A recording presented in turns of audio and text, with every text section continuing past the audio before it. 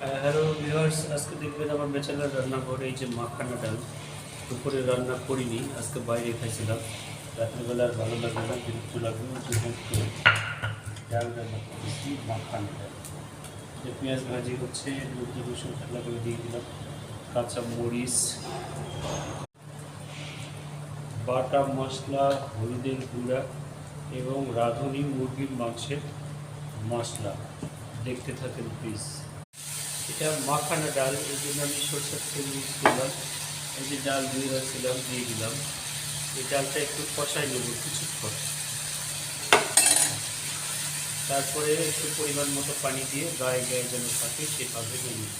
নিম লবণ দিতে, টমেটো দিতে বলে যাচ্ছি, কারণ বাড়ি যাওয়ার জন্য মনটা একটু অস্থিরই থাকে। এই যে লবণ পরে দিলাম। এই যে এখন পানি দিব, পানিটা এমন পরিমাণে দিব যেন একবারে সিদ্ধ হয়ে গায়ে গায়ে হয়ে যায়, তাহলে হয়ে যাবে মাখানা ডাল। এই যে ঢাকনা দিয়ে দিলাম। ভাতের মধ্যে আলু দিয়েছিলাম, আলু ভর্তা বানাবো মরিচের আচার দিয়ে, আর মাখানা ডাল হয়ে যাবে ইনশাআল্লাহ রাতের খাবার।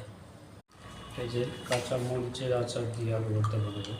দেখেন, কাঁচা মরিচ কিন্তু আলু ভর্তা দিয়ে, আপনার হলে খিচুড়ি দিয়ে তো অবশ্যই, গরম ভাতের সাথে এবং পেয়ারা আমরা সঙ্গে মেখে খেতে পারবেন। এই যে আড়াইশো রসুনের একটা খাইছি, এটা বানাবো।